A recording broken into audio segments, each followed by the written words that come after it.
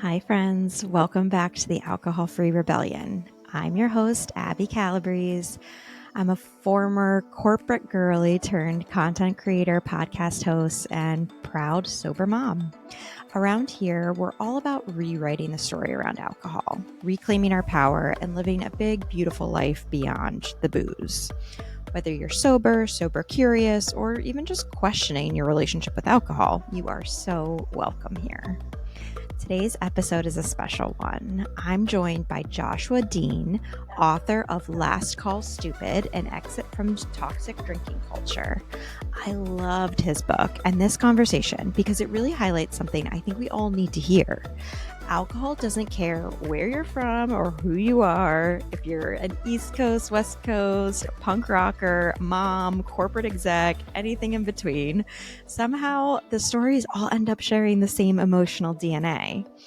At one point, Josh talks about how the only breaks he really took from drinking was when he was in jail. And I joked that for me, it was pregnancy.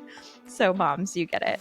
That kind of raw honesty mixed with humor is exactly what this episode delivers. His book is full of wild stories, but also powerful reflections on what it takes to step away from toxic drinking culture, especially when traditional paths like AA just don't feel like a fit.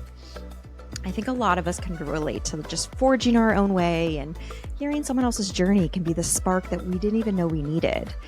Even if you just take one thing from this conversation, that can have a massive ripple effect. And I'll say, I love hearing the male perspective in this one. So many women I talk to say it's so hard to connect with their partners on the topic of alcohol. And I think Joshua's story could open the door to some of those much needed conversations. I hope this episode lands exactly where you need it to for today. And if it does, I'd love to hear from you. Message me, leave a comment or a review. It really helps the show grow. And most importantly, it helps someone out there not feel so alone. Okay, enjoy the episode. Hey, Josh. Hello. How's it going? Doing well. How are you? Good. We were just chatting to everybody that we're just picking up with right now how I feel like I already know Josh because I read his book and we're getting on this podcast and I kind of feel like I have a little bit of a one's up on him for that. But yeah, excited to chat about it. And for anyone who hasn't listened or read your book yet, they can listen soon. They can listen soon. Okay, that's good. Because we got a lot of moms here and we multitask. There's audiobook going as we're doing like a million other things. So I'm sure people are going to want to listen to it. Yeah, that is coming soon. Hopefully at the end of the month. Amazing. Well, so to explain to everybody, give a little bit about who you are and tell them about this book. Well, my name is Joshua Deen, born and raised in LA. Just was a aspiring rock star for the majority of my life, and partied like one. Partied like I was a legitimate, famous, rich rock star, but I was not. I'm familiar. And just indulged in that lifestyle until it sucked and it wore me down to the point of wanting to die. And I was able to escape it on my own without any programs or steps or anything like that.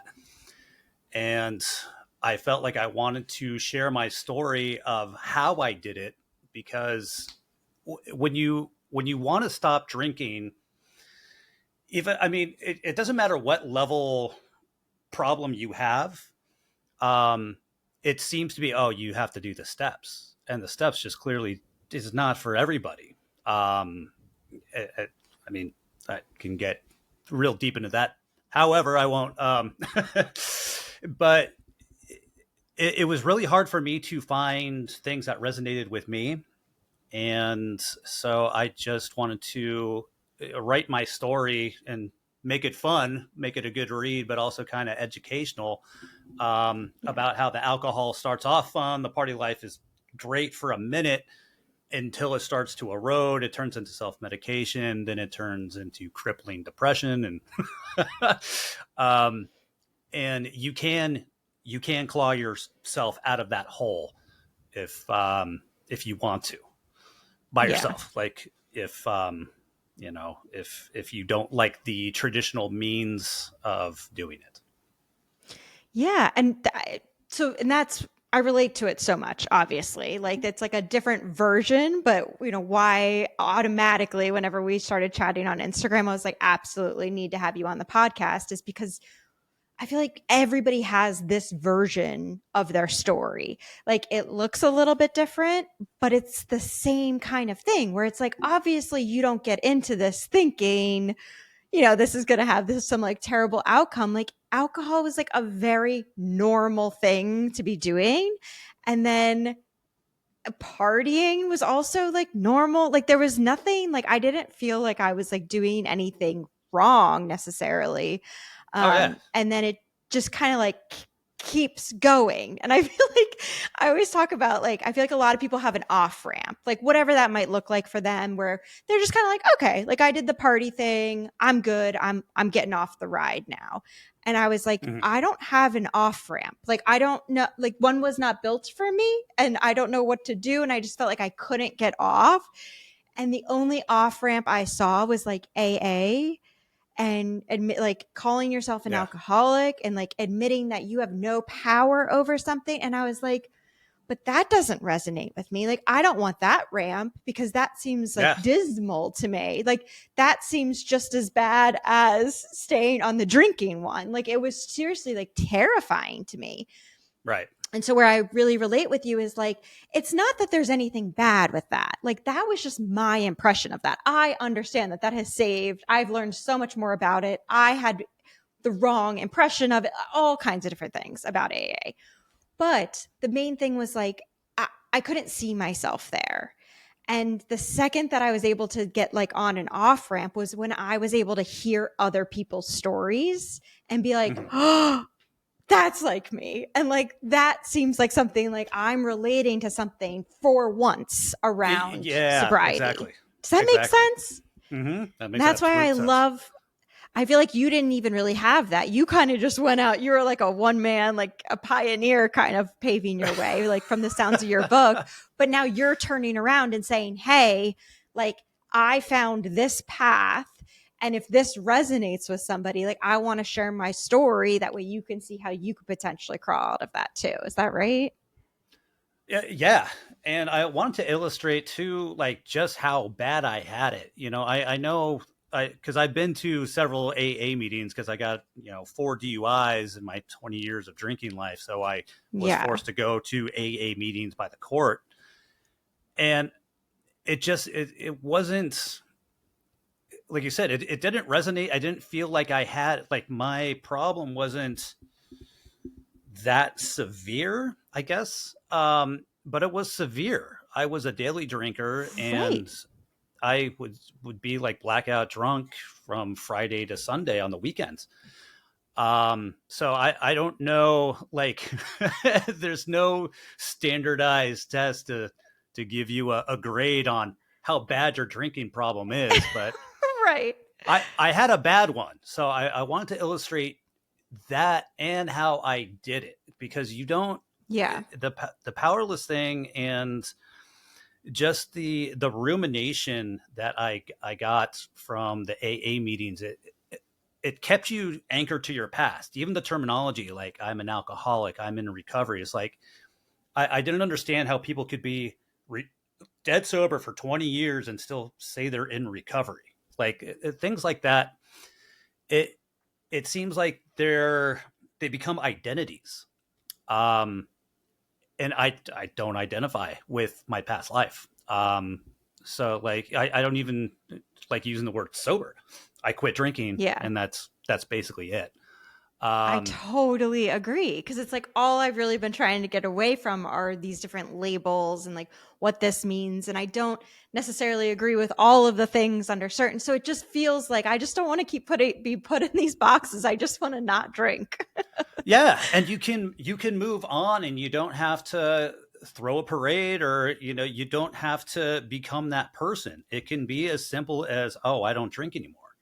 Right. The same as like quitting smoking. There's no Right. special names or groups for non-smokers. You just quit and you Right. move on. Right. Right. Um, and it's yeah, I don't like any terminology or anything that keeps me anchored to my past, and the empowerment to just move forward. Because at the end of the Yeah. day, even if you are in meetings, and I understand that some people need that strict regimen, and it does help. Yeah. And the Um, support, a great way of like Correct. meeting other people in similar places. Like I love the community aspect of it for sure. Oh yeah, absolutely. And I'm not going to deny anyone that finds that useful. Obviously, seek that Totally. out. Like I'm not gonna shit on anybody's Yeah. program, Of um, course. but it's just it needs to be known that you can move on, and there's other ways to do it besides AA or rehab, and you can be self empowered because at the end of the day, even if you are going to meetings, you have a sponsor, and you have all that, it is 100% under your control not to put anything alcoholic in your mouth. Right. Unless you're physically restrained or medicated, it is still your willpower that keeps the drink out of your mouth. Yeah. So one thing I feel like I come up against a lot is kind of this, or not against, but the idea of using willpower like specifically all the time and people just being like, oh, I'm just like so exhausted by that and that feeling. Like, how would you explain like kind of the mindset shift, that occurred so you don't really feel like you're totally in survival mode and that sort of thing with the not drinking? Yeah. Well, as far as the point, like I've had a lot of people explain their interpretations of powerless and how that works. It's kind of like I can't do this without help kind of cry as far as I can understand from the people that have done the program. Yeah. Um, to me, powerless doesn't have it's not a ambiguous term. It means you can't do something. That's actually like that's the definition of powerless. And I think one of the major things for me, I was just beaten down with drinking, especially the last few years. I was sick of it, and even in my 20s when it was still fun, I knew it was killing me. But I was like, fuck it, this is what I'm Yeah. doing. I'm a rock star. I'm going to be belligerent and just be an asshole. So it was part of the game. And then in my mid to late 30s, it was like it was just grating, and I was like, I have to drink for maintenance now. Like this isn't Yeah. something I'm doing for fun. This is something I'm doing to not shake the clothes off my back. Um, and the last girl I dated before I quit drinking broke up with me because of my drinking problem, and she's like, I don't think you can stop drinking, and that it just kind of like snapped. I was like, what? Watch me, I'm gonna fucking do it. Like that was Yeah. I don't know. I mean, it was part of it. There was a lot involved. I was just sick and tired. But when someone gave me like a direct challenge, it was the first time I heard it.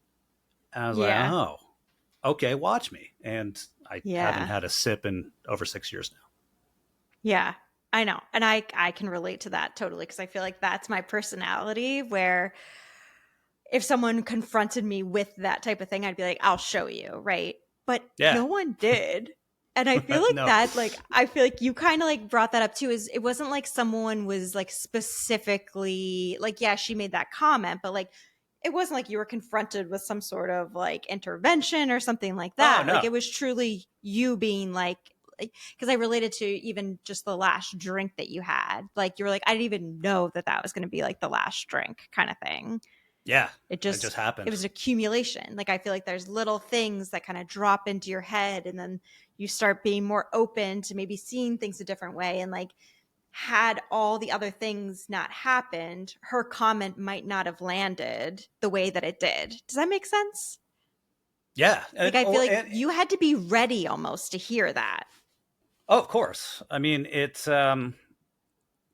if I had heard it 5 years earlier, I probably went, oh yeah, you know what? And I don't want to stop drinking. But Right. it's death by a thousand cuts. And you just Yes. get to a point where it's like, this isn't fun anymore. This sucks. Yeah. My life sucks. And I want to move on. I I feel know. like you can age out of it. You can get sick of it. It's the same routine. It's the same bullshit. It's the same loop that you get stuck in. And everybody's in it though. When you look Yeah. around, the habitual, like, oh, the Friday happy hours and all Right. the stuff that is ingrained in our culture, Yes. you're on autopilot and you don't even think about it until you like really scrutinize your life and you're like, oh fuck, like I could be living so much better, but you have no idea how much better because you're in the thick of it. It's not I until know. you're out and removed that you realize how much alcohol was just weighing you down. Absolutely. There were so many. So I read like the first half, like on the beach, literally sitting on the beach. I think I took a Nice. picture and tagged you in it. Yeah. But I'm underlining, I'm just, because there's so many things in there because, just, and if somebody hasn't read this book yet, like Josh is like punk rock scene, LA, like couldn't be more different than like what I was, a math major at like a Jesuit private school. You know what I mean? Like, A little different. couldn't be more, little different, little different. And so, but I'm reading through it and there was just so much, both from kind of how you felt partying and how you used alcohol to how it kind of all unraveled. And more in the unraveling, there were so many similarities between our stories. This is what I Mm. always find, no matter who I'm interviewing. I'm like, oh my gosh, like there's so much that's in there. And why I think that still to this day shocks me is because I felt so freaking alone in how I felt Yeah. about it. Yeah. And like, just even what you're saying, it is everywhere. It's not like something that you're giving up and like you're not really ever going to see it again. It's like, oh no, it's going to be in your face at like every single turn. And not only that, like people are going to act like you're weird for not doing it. It's Yeah. like, oh my Right. God. It's insane. Just, it's insane. And so I had to completely change my mindset around it and how I thought about it and everything. It was like retraining my brain, like disassociating fun with alcohol and like all these different things that were so set in my mind, right? Yeah. It's You just completely wild. have to deprogram and reboot because Yes. it's a completely different life. And that's one of the things too. If you honestly, if there's just a one modicum of I still kind of want to drink in the back of your head, you're not going to quit, as far as I'm Nope. concerned. And I never really tried to quit, ever in the 20 years I was drinking. The only time I was dry was when I was incarcerated from a Right. DUI. Um, You know what's so funny? Also, the similarity there. The only time I wasn't drinking was when I was pregnant. So that it's oh just so yeah, funny because it was like, oh, when you were in jail, I was like, well, pregnant. Okay, same, but carry yeah. on. I can't say much of that, but um, but even like the longest time I was in like one chunk was 30 days, and I was like, you know what? When I get out, maybe I won't drink. And the first thing I did when I got home was drink a beer I saved for myself before I left to go spend 30 Because days. in your mind, it was probably still, I deserve this, or this is a treat, or is that how you were thinking about it Like, still at this is that point? mine. This Yeah, like, drinking was my I deserve identity. Like this. no one's, Yes. and especially like coming out of the jail, it's like, oh, you're gonna lock me up for this? Well, fuck you. I'm gonna continue to do it just to Yeah. spite to whatever. And Yeah. It just it felt like I just didn't want anybody to tell me what to do. And it was exactly. like this, like, and I loved it. I loved it. Because I had it connected to so many things in my life. Like it was just it was like in my brain connected. But once I've severed that truly, it's like it doesn't even phase me. I still get upset and I feel like the want to like numb the feeling, but it's not with alcohol. It's like, oh, I don't like this feeling, but now I know what to do. And it's like to walk through the feeling. Like I still like, I catch myself with that, but it's not about alcohol. Does that make sense? That 100%. It's Yeah. alcohol's not a magic bullet. It's not going to suddenly make your life bulletproof and you're not going to have a bad day. You're going to still have bad days and things are still shitty sometimes. But the key takeaway is that it's manageable and you Yeah. don't bury it. You confront your emotions and what's happening dead on instead of burying it. And you're more in tune with yourself, especially like for my personal experience drinking for 20 years. I didn't really know who I was because in my whole identity, and I grew up like those most informative years where you're trying to figure yourself out in your 20s. Right. I was partying, so you don't really get a full grasp of how to deal with things in a healthy manner. And when that's taken away, when you're like forced to confront things with a new, clearer perspective, it's scary at first, and it's I, it's a big reason why people don't want to stop because they don't want to have that confrontation with themselves. Um, Yeah. but it's such a more manageable existence because the shitty days aren't so shitty because you're not ruminating over them. You can deal with it in a much much better fashion. Yes. It felt like it was like all over the map before for me. Oh, It was it's like chaos. Yeah. chaos. it's It's like yeah. the highest highs, right? And you're just like feeling on top of the world. Like for me, that was like twerking on a bar somewhere or something like that. You know what I mean? Just like Yeah.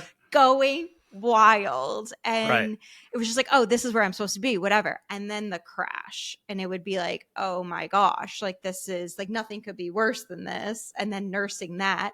Yeah. I pulled out something. You said something about like, compared it to like Munchausen, where you're like, oh, like it kept you in its grips, right? And you were like, it forced you to like get sick, and then like you had to recover for days, but then you'd go back to it. It was just like, how do I get out of this?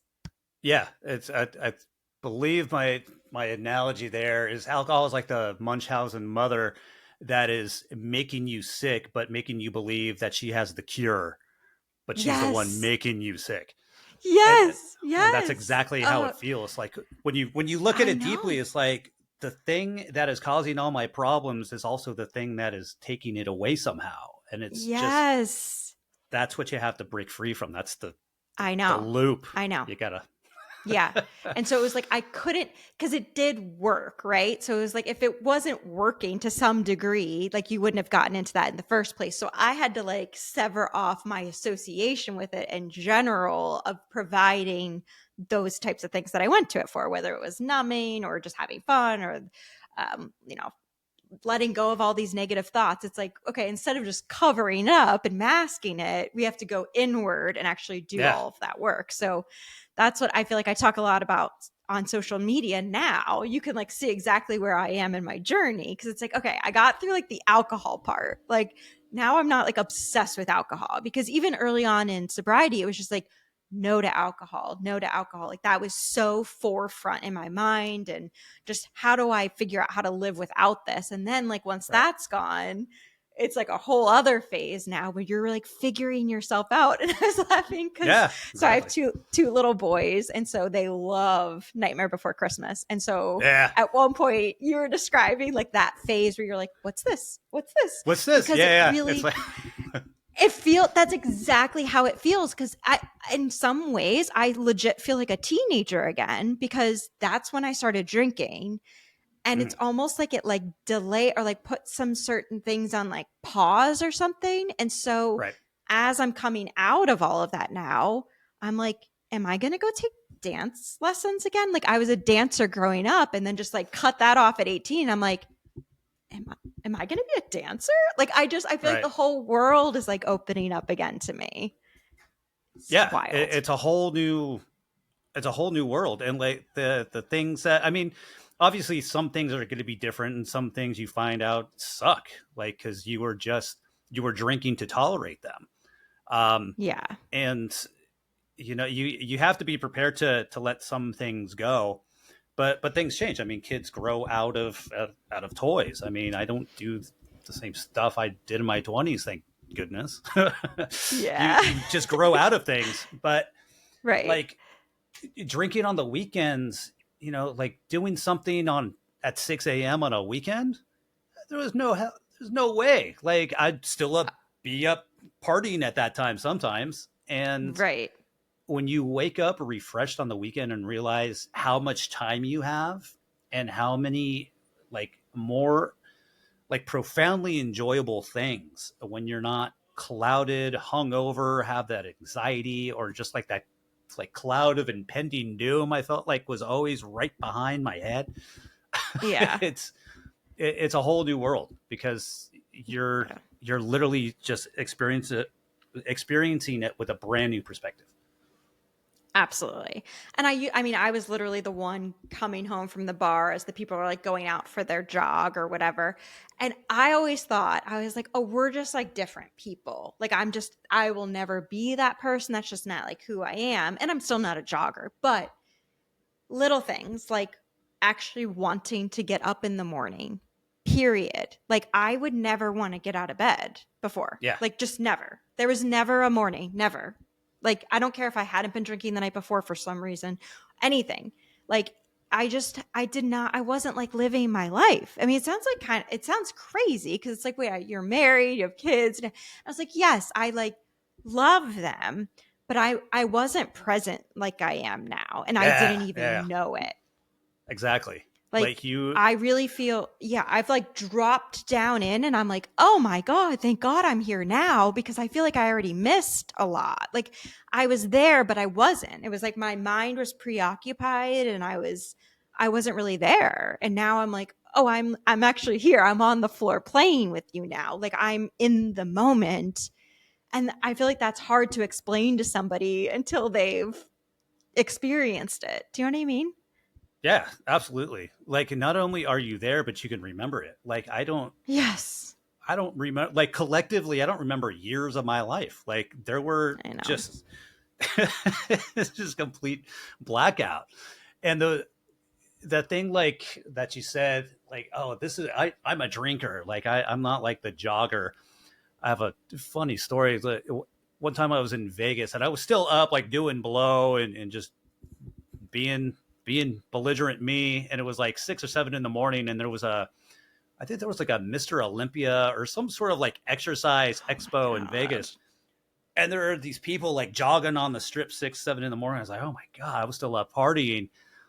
And, flashback years later to present day, I'm up in Vegas at like 6, 7 at the gym now. Like I'm one of those people.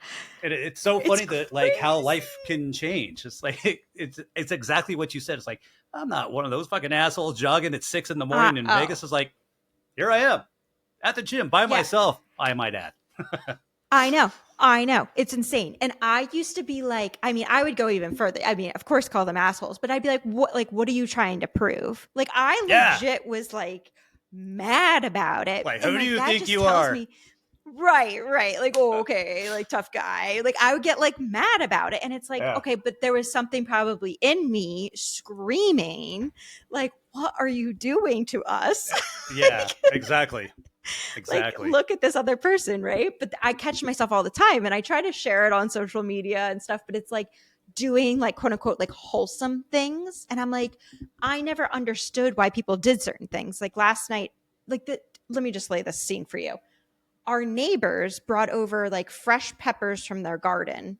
Like, Mhm. even just write that sentence, I never thought would ever come out of my mouth. And then Yeah. it was like, I did like I decided to slice them and pickle them, and I just happened to have all the ingredients to pickle peppers in my kitchen, and like it was just a moment like that where I'm like, oh, I'm like living my life, like I'm doing things, I'm not just Yeah. like, I feel like I was almost just like burrowing my head underground or something for a while. Like I just like could not come to terms with some things. I couldn't let go of some things. And it was just keeping me in this like small mindset, even if you couldn't see it from the outside. And I think that's what's confusing a lot for some people. It was like, it was all going on in here of like, it Sure. just feeling like it was closing in, closing in, closing in.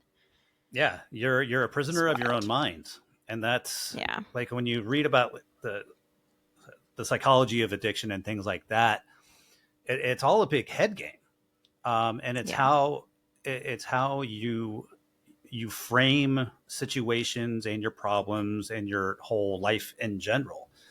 Yeah. Um, and you have to learn about yourself and your mind and how that works, because it's all just cognitive awareness that you really have to Yeah. defeat. You have to defeat yourself. That's the Totally. and that's the game for everything. Like even if you don't have a drinking problem, if whatever problem like weight, gambling, any sort of like neurosis, it's all in your head. You're only confined to the chatter, and I it's know. trying to overcome that's the most challenging. Yeah. Or just even realizing like it's legit, and like all these phrases I feel like I've heard over time. I feel like I come up with a new one each week where I'm like, oh, that's what that meant.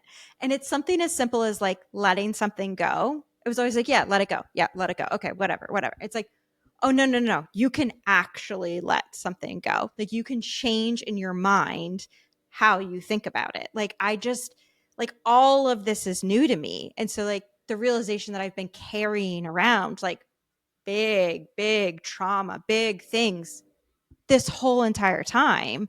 No wonder I was drinking. It's like, that's a lot to like carry and all of this stuff. And so it's like, instead of drinking to numb it, let's work and unpack this stuff so you're not carrying anything. So you don't need to drink to like get through any of that. You Uh, truly can let it go. exactly, exactly. Right. And that's what you have to do. When you find, no matter how you want to do it, either like philosophy, religion, however you want to do it, just having some form, of spirituality, for lack of a better term. No matter if, Yes. like, if you want to use Buddhism, I really like Stoicism and Buddhism, um, and practices like that. It don't necessarily have to be religious if you have a problem with that term, which I did for a lot of years, being like just hardcore atheist. And now I've I've lightened up my stance, and I Again, I same. Like I was just so I got plopped into this like Catholic university. It's a long story, but anyways, I was like, this is nuts. And so I was like really anti anything because I didn't know it. I didn't understand. I was so closed off to it. And so it's like also allowing myself to like ease up a little bit on these like I just was so like scared of it or something. I don't even know what I was, but allowing myself to be more open to some of these concepts for sure. yeah, I mean, especially words like spirituality and God, they're loaded words that just have so many different meanings, especially in America. It usually only means one thing. It means some form of Abrahamic religion. And, especially when you go into like AA, I think the big book mentions the word God 200 and some odd times. And if you're not religious, that's very jarring. It's like, okay, I don't want to read Yeah. this anymore. Um, Right. but when you let go of that term, and just it doesn't have to mean anything spooky. It could mean, or like supernatural presences, or like one guy in the sky judging everything you do.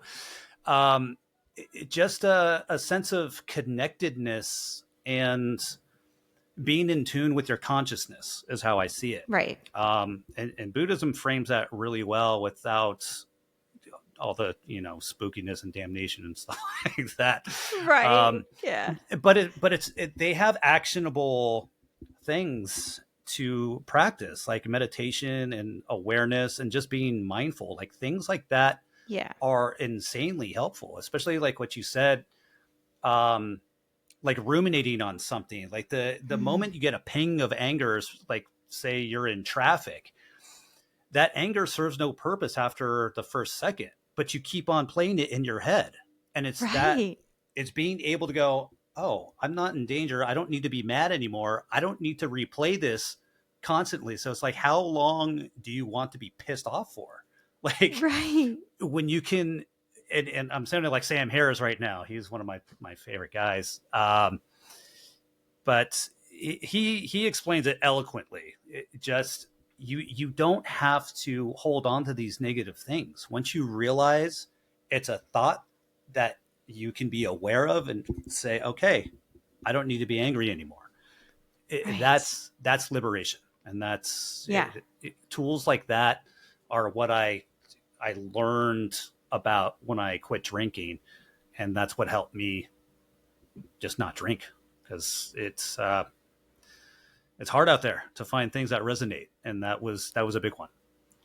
Totally. And I feel the same way because I was like, okay, I'm going to have to, like, if eh, I felt like I was always going to think about alcohol. Like, it was like, okay, I got to the point where my rational, logical brain was like, this isn't good for you. This is potentially deadly.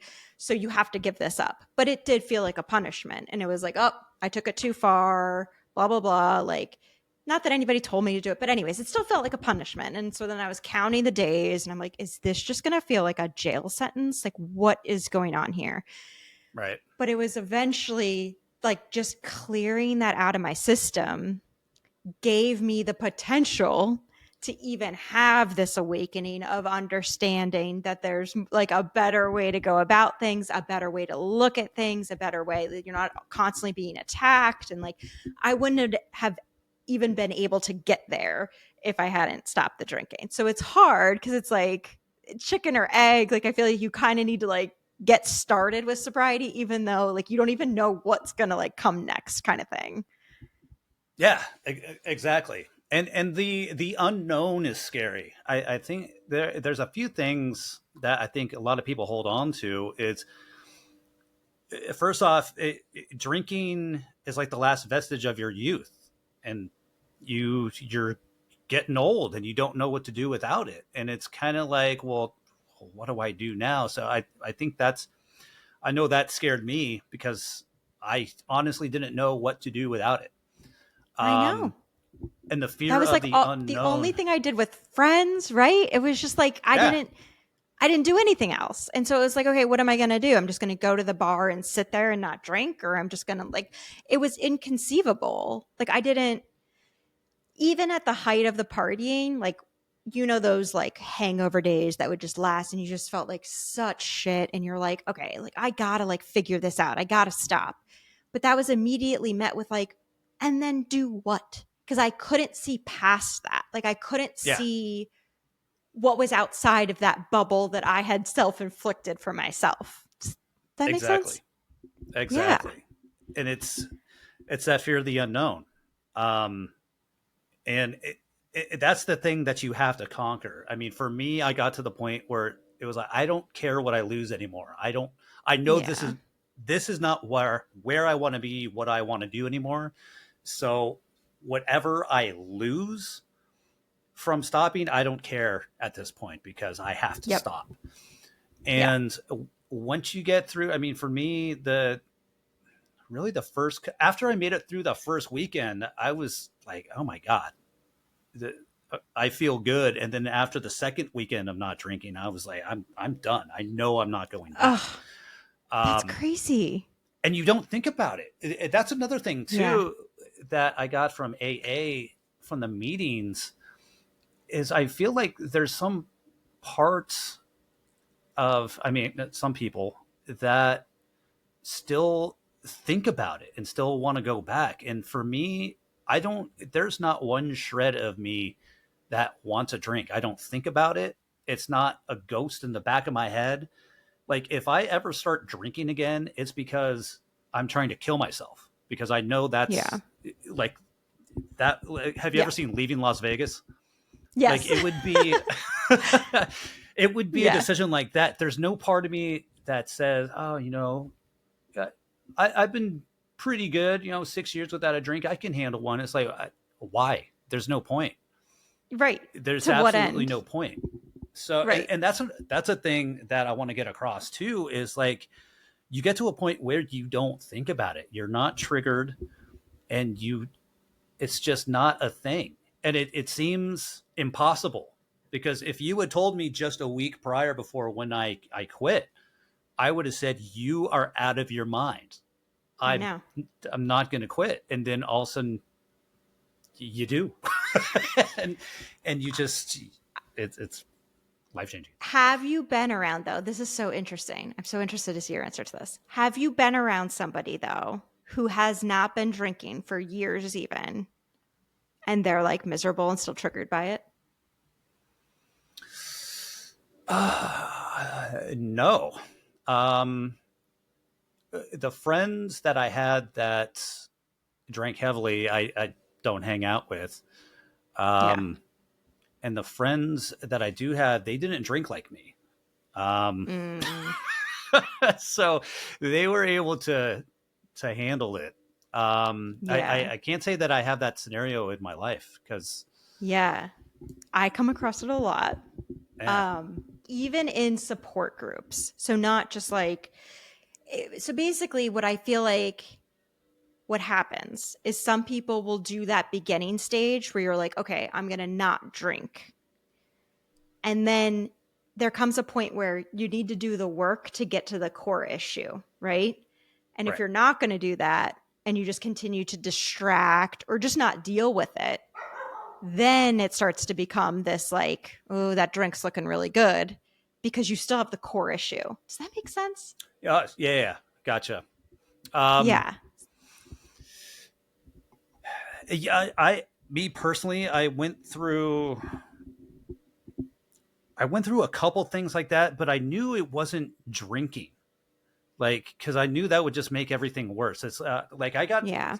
I got hypnotized for smoking when I was in my late 20s. I was smoking like a pack a day, and after I got hypnotized, you're still like kind of anxious, like in the moments where you wanted a cigarette but you just don't want a cigarette. It's kind of a weird Yeah. sensation. So I'm not sure if that helped me, like if I kind of remembered that from my Yeah. past experience. But it's like, I know I feel bad, or this is a part where I usually drank in my life, but I don't want that. So you have to find something else. Right. Um, because it was simply just learning from other people's mistakes. And I think I mentioned this in the book. There's not one story from any sort of rock star, actor, whoever it may be, that had some level or duration of sobriety, and then they said, "Oh, I think I'm okay now," and they tried to have the one or two drinks. That always ends badly.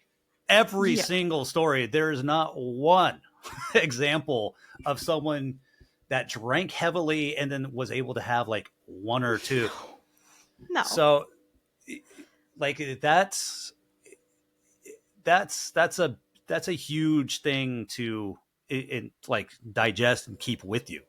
Um, Yeah. it's just not something you can do. So if that's off the table, you have to look for other means of coping, or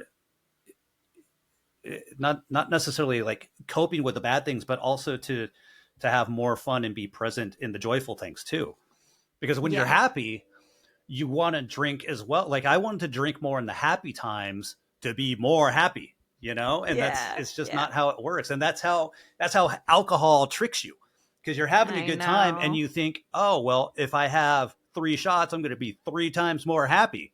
And that's not how it works. You're just three Well, times more that's what's screwed the next hard day. too. I feel like so like a lot. I mean, I had a lot of, and I think you talk about this too. Like we had a lot of like bad stories, and obviously like we've learned a lot and all this stuff. But we also had so much fun, Yeah. like unbelievable amounts of fun, right? So I think Yeah. like there's just a lot that makes it hard. And then like put, so just for like the average person, I feel like your like logical brain is like really strong and loud in your head that you would be able to be like, oh, well, like these guys all tried to like moderate or go back to it and they couldn't. So like, I'm not going to go down that because that's just a waste of time. Da, da, da, da. That's like, that's really good. I don't think everybody's brain works like that, right? Like they start to get these like temptations. Everybody else is doing it. Oh, remember how much fun you had? Oh, it wasn't that bad. Like, oh my gosh. Like everybody, like you start to like talk yourself into it. So it's like, Oh yeah. I think that I had to like change. It almost reminds me of being hypnotized in the way that I disassociated alcohol with having fun. Like it just, I had to like sever that or else I would keep going back to it and keep trying to make it work. And it's like, no, you have to like cut it off to the point where it's like, oh, I don't associate those two at all with each other. And like the only way I could do that was by clearing all these blocks I had. So there was really nothing to medicate. So like Yeah. one thing that for me was I was really unhappy in like a 9 to 5 corporate. Like I felt Mhm. like my soul was being crushed Yeah. and I didn't understand why like everybody else didn't feel like that. And I was like, okay, if I have to be in this like 9 to 5 and like I had good experiences and like no regrets, I learned a ton, whatever. But that's not the right place for me. And so all I was doing was working for the weekend. And it's like, Yeah. that is not sustainable. So, like, I think the other thing, not getting to the core issue, but also not making yourself a life that you feel like you have to like numb yourself from or like binge on the weekend to get all this fun out and stuff because you're so unhappy in your day to day life. Yeah. And that's, man, that's the spell most people are under. And Yeah. that's the saddest part of the whole thing is that we're sold this lie that drinking's going to make everything fun and okay and it's just what you do. And it's just shoved down our throats. I mean, the multi-billion-dollar alcohol industry just propaganda advertising campaigns sell you this story, this narrative. Um, and you've been fed it your whole life. If you grew up in America, Yes. unless you're Amish or Mormon and, grew up without a Right. TV, you were fed this lie. And it seeks in subconsciously. Um, Yeah. and it's insane. Like I live at the beach here and every weekend there's planes that constantly fly by for it's advertising vodka drinks and alcohol. I know. That's every single thing. Like you cannot, it's like, oh, you're at the beach, you Oh, can't be at the beach with freaking alcohol without drinking. And I know. it's No, it's even with kids. Like we went to this field trip for my son and it's like a kid, like not even like teenager, like little kid amusement park. At a 4-year-old, there's a bar at it's like, wait, what? And they yeah, talk about alcohol companies, like they were like targeting moms with this like mommy wine culture. And like yeah, it became very normal to have like a play date. You're having drinks. It's like, guys, like this is, but it was so normal. You didn't feel like you were doing anything wrong. It was like, oh, this is cool, or this is borderline sophisticated. Like it was not like the seedy thing that at least where we were. Like it was not like, oh, you're drinking out of a paper bag. It was like, oh no, you're drinking like $70 bottles of whatever at a kit. yeah, Like it just felt different. And it was like really peeling that back and seeing it wasn't different. You were just paying more for it. It was in like a yeah, fancy bottle or whatever. So it's deprogramming. But as you do that, you kind of start to pull yourself away from like the norm. And I feel mhm, like a lot of the reasons why we all started drinking in the first place was to fit in to a degree, to just feel like everything came seamlessly, to feel like I yeah, remember at one point you wrote in the book, like, oh, yeah, I could be this guy on stage. I can be like, no problem. But like in my day to day life, I'm a little bit like, oh, that's exactly how I feel too. And so it was like, right, oh, the drinking just gets me there faster. So like I don't have to like even try kind of thing. Like this is just what I do.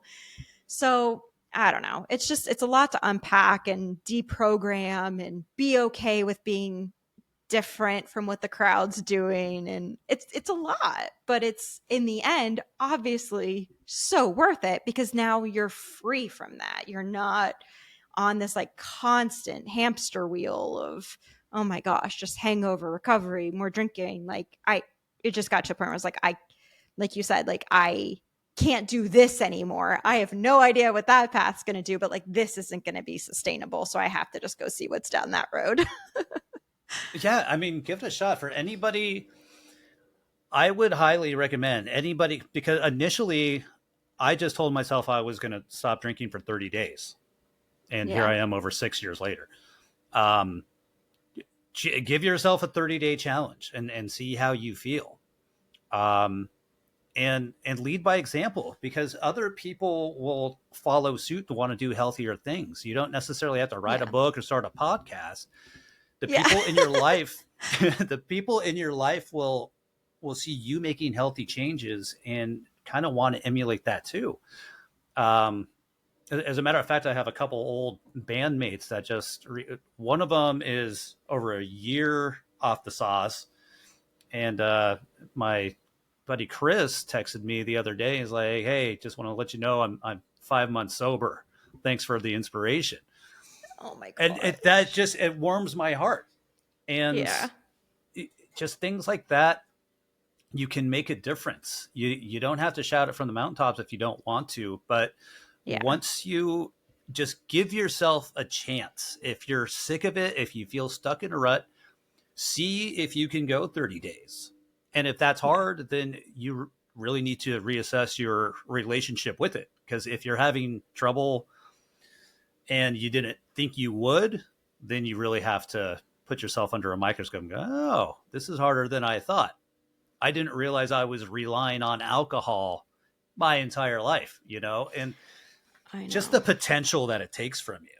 Like, I completely just radically 180-degree changed my entire life after I quit drinking, because you have so much freaking time on your hands, and then when you look at your job and your whole situation is like, fuck, I'm going to change this, and you All of learn it. things, and it's a complete overhaul. And Yeah. it's it's truly amazing that you don't realize how heavy the weight is on your back until it's gone. And then I it's like, know. oh my God, I can do so many things. I'm not this sluggish out asshole, like depressed and I know. hungover. It's truly amazing. I know. You wrote in one of the pages about how like all of like your mental health issues and all of that you feel like pretty connected to alcohol. Yes, I mean, I I had some dark times before I started drinking in my teens, but alcohol exacerbated all of it. It made Yeah. all of it worse. And the times that I did, harm myself and, almost just killed myself, it was in drunken fits. It was, I Yeah. never harmed myself sober. Like, I never got to that point. And it just, if you have some mental health issue like depression or whatever it may be, alcohol is making it way worse, and it's making you Yeah. ruminate, and it could push you to do things to, either harm or kill yourself. And I'm speaking from experience.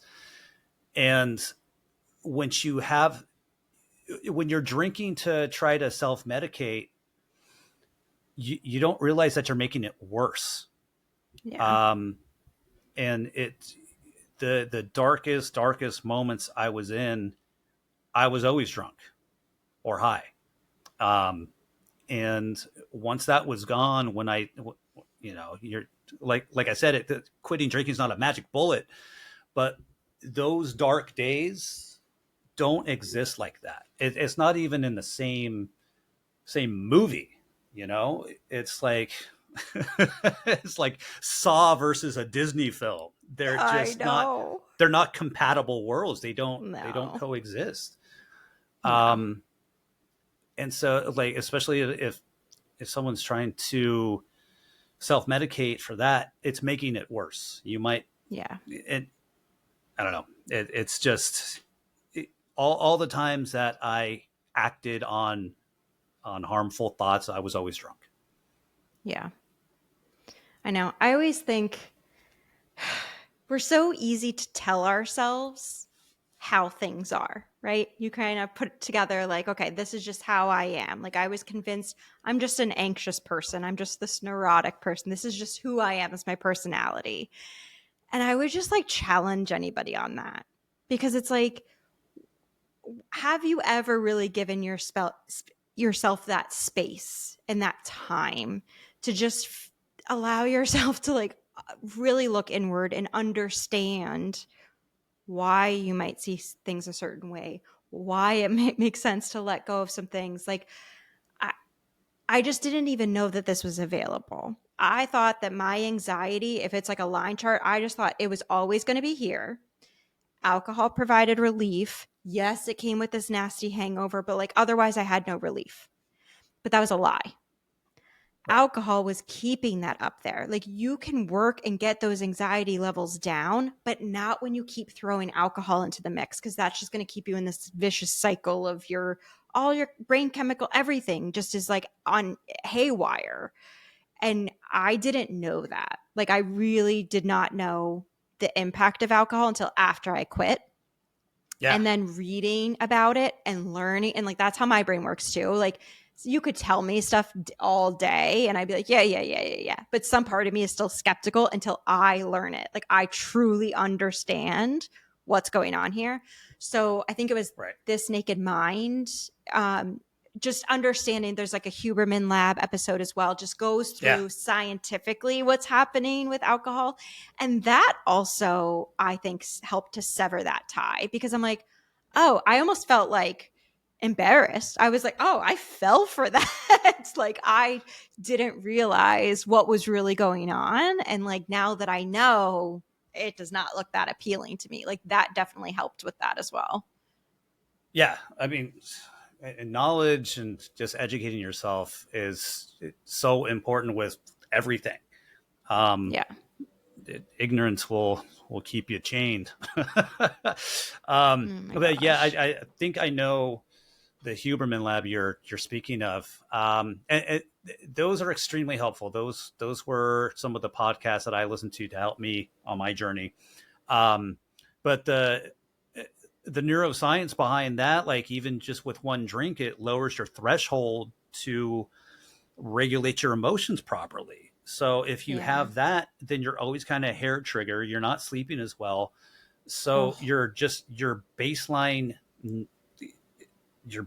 way to function during the normal day is screwed up because you're chemically imbalanced. And then that just yeah. it throws off everything, especially if I you're know. a big one was sleeping. When I realized how shitty I was sleeping because of alcohol, even one drink, man, just that alone is life changing. I Getting know. like actual That sleep. Do you know that ring Oh people man. wear that tell them about their sleep? I forget what it's called, but there's like a Yeah, ring that yeah, people wear. yeah, And so a lot of people like cut out alcohol once that ring came out because it showed them their sleep. So like they're not like problematic drinkers, but even just having like one drink with dinner or whatever, they could see how it impacted their sleep. And they're like, yeah, oh, like I don't even need this. I was kind of having it as like a societal thing. I'm not having that anymore because it impacts their sleep that much. It's crazy. yeah. And if you're not sleeping well, you're not doing anything well. Right. That will just ruin your life. you, Yeah. when you quit drinking, I think that was probably one of the more noticeable things was how well rested I felt. Yeah. Um, it was insane. Like waking up feeling 100% Ugh. is the best feeling on the planet. I know. You can't match that. You can't snort that through a straw. You can't No. you can't take a I shot know. of a full 8 hours of rest. And like let's be honest, also like feeling good about yourself and not Yeah, having that panic, like just the number of mornings where it's like that feeling and you're like sweating and your heart's racing and you're like, I have no idea what happened. I don't know where my stuff is. I don't know where it's like if I had so many of those, like if you yeah, compound those, so it's like I'm slowly chipping away at that by right. having these mornings that are just like I wake up and I seriously smile to myself. Like I'm like I can't I can't believe I like feel this good and I'm excited to get up. I have like my little ritual that I do with like my Yeah. journaling and like what? Like I'm like I don't even understand how this is happening. Like I was convinced that people made this up. Like I was like, okay, you're just Right. saying you do that for Instagram views or whatever it is. There's no way you get up and journal, get out of here. It's annoying. It still is a little bit annoying. So I don't like to say it every morning, but like, oh my God, it's the best feeling. Yeah. Yeah. It's it's exactly that, because when you're in it and you see people that do it and talk about it, you're like, oh, get the fuck out of here. Like no one does that. Shut up. And then Liar, when you liar. do it, it's like, oh my God, I don't want to tell anybody I'm Oh, meditating at 6 a.m. But oh it's, my gosh. dude, it happens. Like I just naturally Yeah. became a morning person. Um, Yeah. and there's no better feeling. But those things that you think suck when you're still drinking in the party life, they're the best. And that's the Yeah. thing. You can't see the forest through the trees. Like you I can't know. imagine a life without it until you're out of it and go, oh my God, I what was I doing this whole time? I Like know. I know. it's The remarkable. one that comes to mind recently. So we just got back from vacation and like family beach vacation. Like this is not for the weak at heart. Like you are, I think it should be an Olympic event. I mean, you're like dragging these wagons through the sand, sand's burning, kids sunscreen. It's like a whole thing. I used to think before, how on earth would you do this without drinking? Like, I don't even understand how you would do this without Yeah. drinking. Like, drink on the beach, you drink here, you drink at dinners, you drink. Whoa, whoa, whoa. Okay, doing that beach thing hungover, like, I can't, it felt like hell, right? Yeah. Now I cannot imagine drinking on vacation. I'm like, but why would you do that? But you're just like wasting time basically from the next day. You're purposely making yourself sick. Like I can still have cocktails that don't have alcohol in them. I'm enjoying everything without any of the downside. Like it just completely flips and it's impossible to see before you've kind of like crossed over. But it's like, oh my gosh, it's unbelievable. Yeah, exactly. Especially like, I mean, I go to Vegas a lot because it's basically in my backyard living in LA, and Yeah. seeing people super trash in like the afternoon, it's like, oh my God, you could not pay me enough to be like that, because I Oh, know what their next day is going to be like. I know how it works, and it's miserable. oh my Like that gosh. that existence. And even if I wasn't doing anything, like I always remembered the Monday mornings and not the Friday nights.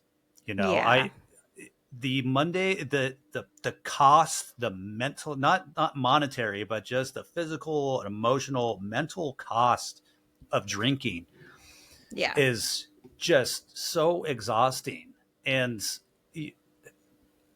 especially on vacation, you feel like you're just wasting it. Like it's Oh, I supposed to know. be something to enjoy, make memories, and just decompress from your life. And when you drink, you don't. That's all you care about. Like I had so many vacations going places, like even overseas, and alcohol ruined it because you're not I know. present. Like I was looking for No. the next drink.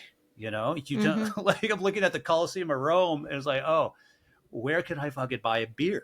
Like, And what is wrong with you? Just, I wish I could go back and just smack myself in the face I know. and You're like, like, you're dude, in Rome. Like, be what present, does it stupid. matter? Be present. I know, but you couldn't. I was the whole Rome story.